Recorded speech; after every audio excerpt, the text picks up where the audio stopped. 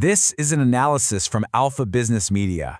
For decades, if you wanted to invest in Nepal, the one thing you needed most was patience. Foreign investment meant a long, winding journey through a maze of paperwork. But now, a new digital system has come online, and it has completely changed the rules of the game. And the difference is, well, it's just stark. We are literally moving from a manual, often opaque process that took more than half a year to an automated, data-driven system that promises an approval in just 7 days. You have to understand, this isn't just a minor update. It's a fundamental paradigm shift for anyone looking to do business in the country. Okay, so let's really dive into this transformation. Because to appreciate just how revolutionary this new system is, you first have to understand the complex and, frankly, pretty exhausting system it replaced. It was a process that really rewarded persistence more than anything else. That number right there, 180 days, it really says it all. This was the average timeline just to get from your application to an approval letter. And if you were working on a more complex project, well, you could easily be looking at over a year, just stuck in bureaucratic limbo. You see, the real challenge with the old way was that every single step was sequential, one after the other. You'd submit this massive physical dossier of documents. Then you'd wait. It would go through the Department of Industries, then the Investment Promotion Board, and then out to various other ministries for consultation. A single question at any point in that chain could send you all the way back to the beginning, adding weeks or even months to your wait time. So, let's turn to the new system, because it completely inverts that old linear model. The entire thing is built on a principle of parallel, algorithm-driven verification. And here's the new number that matters. The new automatic route promises to deliver that FDI approval letter on or before the 7th day you submit your documents online. This is a radical compression of the timeline. It's probably the single biggest change to Nepal's investment climate in a generation. This process just brilliantly illustrates the new efficiency.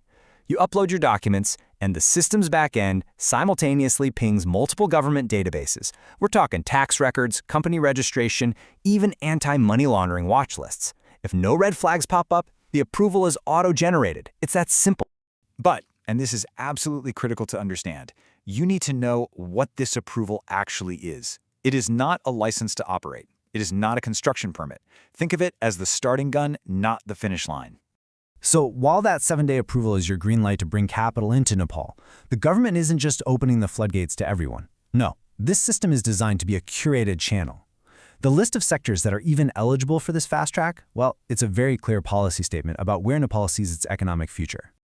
These sectors are prioritized for a very good reason. They all offer high potential for scalability and value, but they do it with a minimal strain on the country's infrastructure, like the energy grid or road networks. The strategy is to attract asset-light, high-impact industries.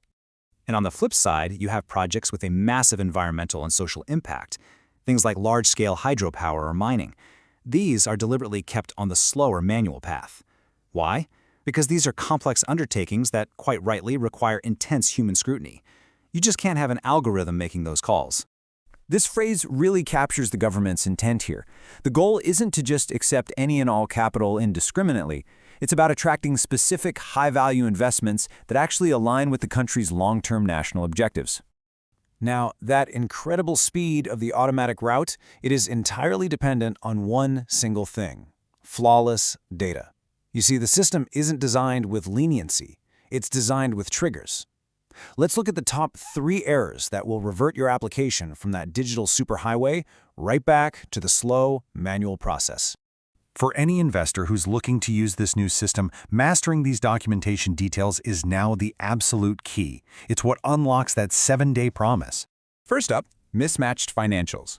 The system's algorithm basically performs a sanity check. So, if your business plan is projecting millions of dollars in revenue, but you're only committing a small amount of capital, the system sees that as a quantitative mismatch. It flags it immediately. Your ambition has to be credibly supported by the resources you're bringing in. Second, any ambiguity in the source of your funds is a complete non-starter. A simple bank statement is not going to cut it anymore. The system requires a formal notarized declaration that traces the funds all the way back to their ultimate beneficial owners. Any vagueness here, and your application gets sent straight to the central bank for a forensic-level manual review. And finally, this is a big one if you're in a joint venture. You are now accountable for your local partner's administrative compliance. The system checks their tax and company data in real time. So their minor tax lapse or a single filing failure, that instantly becomes your major delay. By solving that initial approval delay, the new system actually does something else. It shines a very harsh spotlight on the next set of challenges. The battleground for investors has shifted. It's now all about navigating the on-the-ground post-approval realities. That 7-day approval gets you in the door, but the real work, securing land titles, getting all the local permits, dealing with provincial-level regulations, that now becomes the main friction point. This essentially creates a two-speed investment environment, and it leads to two very plausible futures for Nepal. So let's look at those two possible futures. In the base case scenario, these central reforms are a success, but the local bottlenecks remain. In that world, FDI likely becomes concentrated in just a few large, very well-resourced firms, the ones who can afford to navigate the complex local issues after getting approval. But in the best-case scenario, the government rolls out Phase 2, integrating all those local systems into the main portal. If they do that, they create a true single window for investment, and that can make Nepal the most attractive FDI destination in the entire region. Ultimately, the key takeaway for your firm is this.